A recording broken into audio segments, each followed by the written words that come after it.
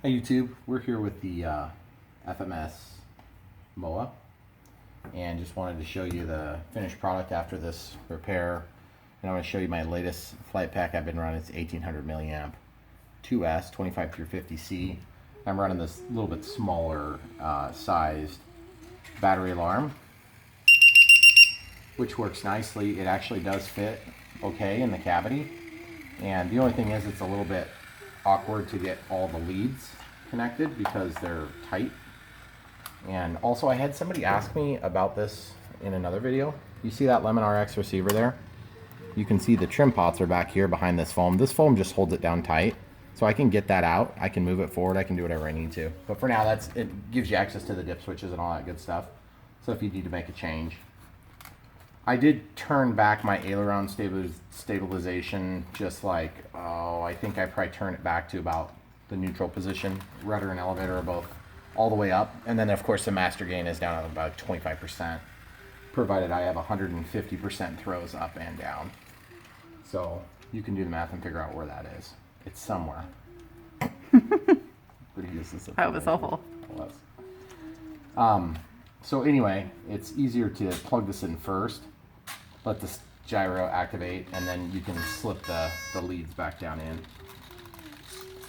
And if it's okay, I prefer to fly it on the smaller flight packs, but a 5-minute flight time on a glider, when it's dead calm and you're not slope soaring, in my opinion, is a little bit on the short side.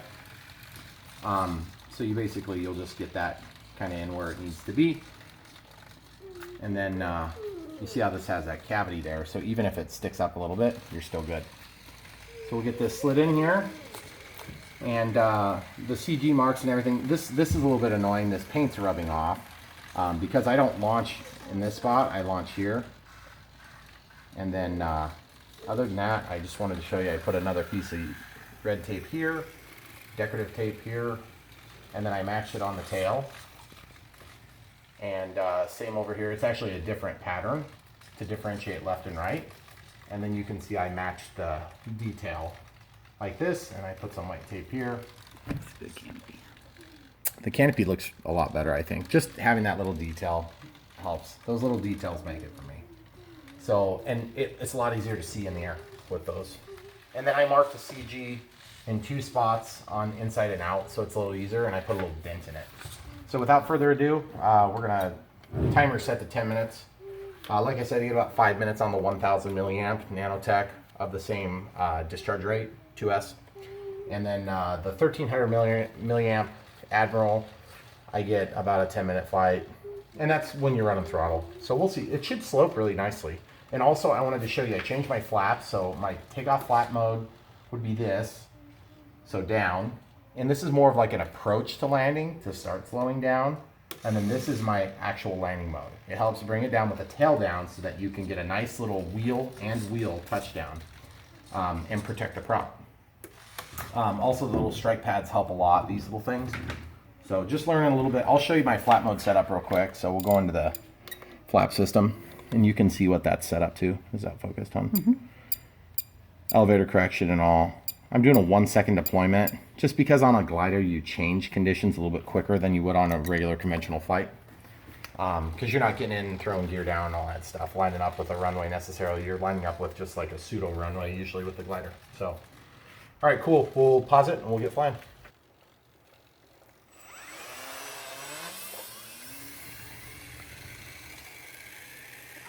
There we go.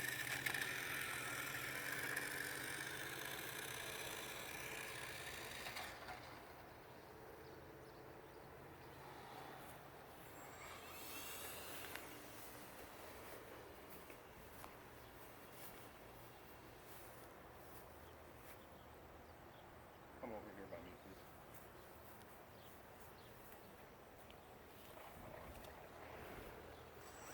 please. As you can see, we've got her dialed in nicely. It's not dead calm, but it's pretty calm right now. Good amount of stabilization without being overwhelming.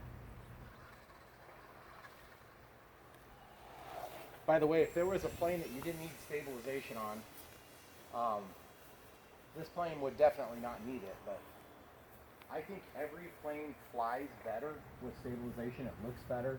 It's more crisp. your brain can work on things that your brain is needed to figure out. Obviously, you can fly a plane stable without a stabilizer.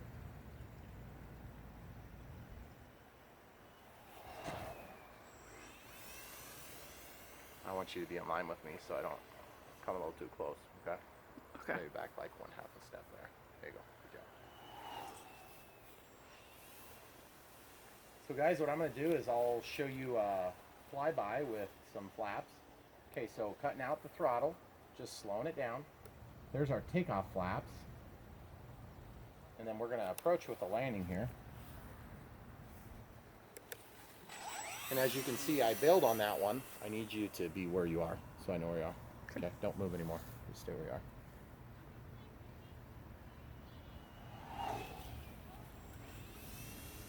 Oh, children.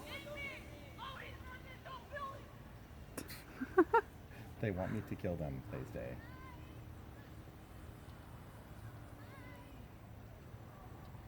Okay, full flaps. I want to show you what this does. With the full flaps deployed, I have a mix. That cuts more roll into the rudder, more roll control. So I go up 75% mix with the ailerons.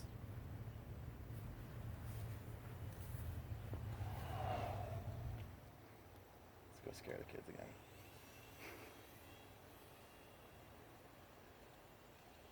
I have to assume they're over there. Show you a nice little roll. Out of the power. I usually fly under power in a more critical environment like this. Even though I'd rather be out of power all the time, and I probably could get away with it a little bit more, it's better than getting up against the wire and having an accident because of it.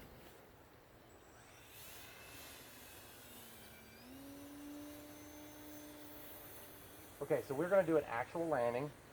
So this time I want you to switch to my left side. More. So that I can see where you are, sort of, with my periphery. Okay, so coming in at speed, guys. Takeoff flaps deployed. What that's going to do is it's going to change the angle of attack a little bit so we can get pointed downward and lose a little bit of speed. Then I usually go around this tree, full landing flaps.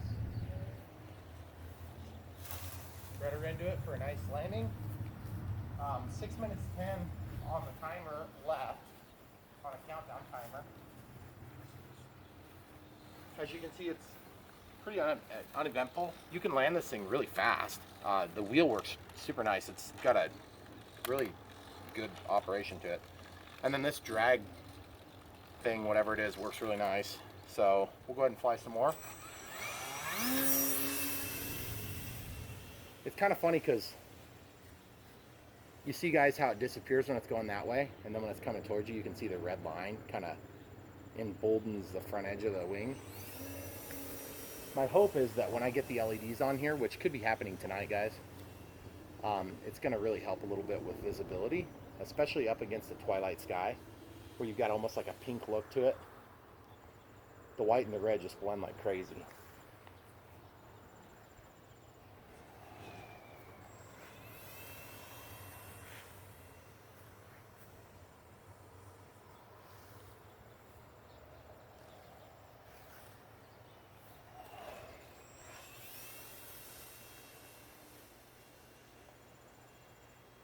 Chad. Okay. Just, yeah.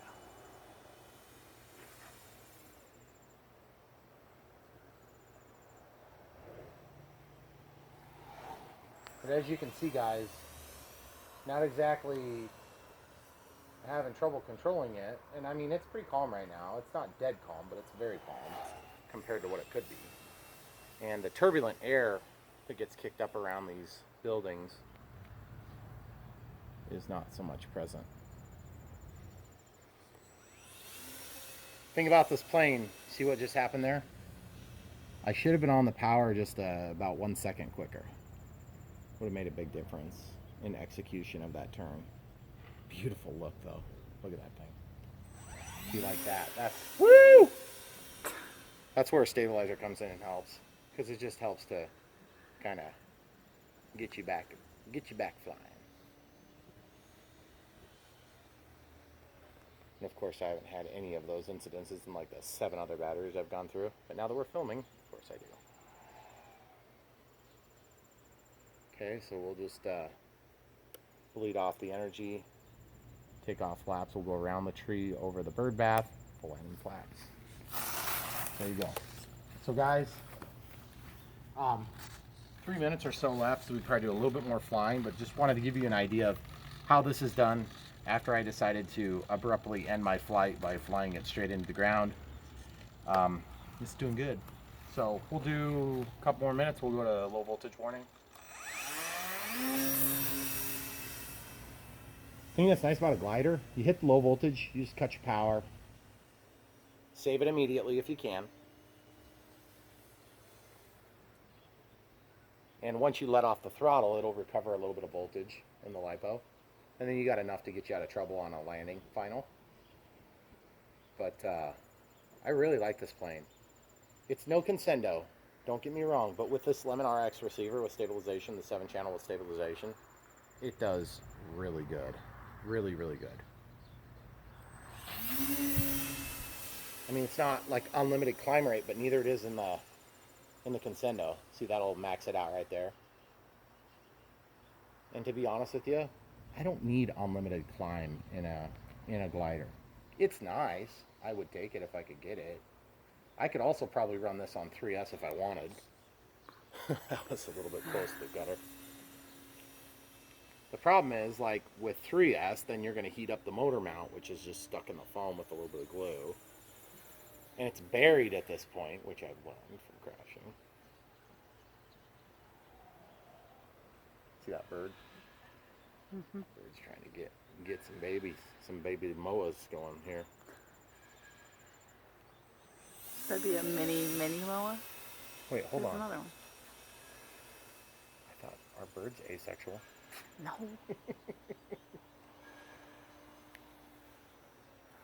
I'm gonna have to go back to like anatomy class for birds. You are. I'm sorry. Sorry, folks. You just can't know everything. Why not?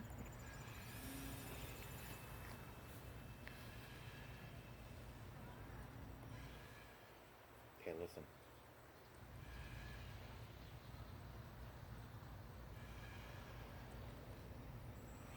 Still not going. Let's step over a couple. We'll go to the other side. Okay. Different angle. Yeah, beautiful sunset though, guys. Can we go in front of you? Yeah, please. 2 more steps. Oh, yes, look at that. That goal in the wings looks great.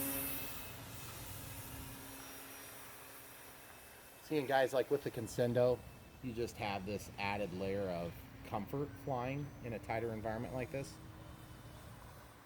But the truth is, like this plane, There's a beep. there's the first alarm. Guys, the first single beep I usually don't worry that much about because I was in a high G maneuver. So I think we're okay for a minute.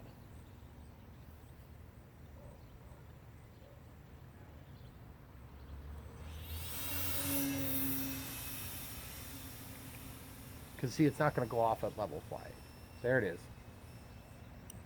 Okay, so cutting power. I've got plenty in reserve. Takeoff flaps have been deployed to help slow me down initially, not to the point of stalling. I'm going to get out of the flaps. I'm going to get the takeoff flaps. I'm going to go straight to landing flaps. Beautiful, guys. Doesn't get a whole lot easier than that. Thanks for watching, guys. Don't forget to like and subscribe.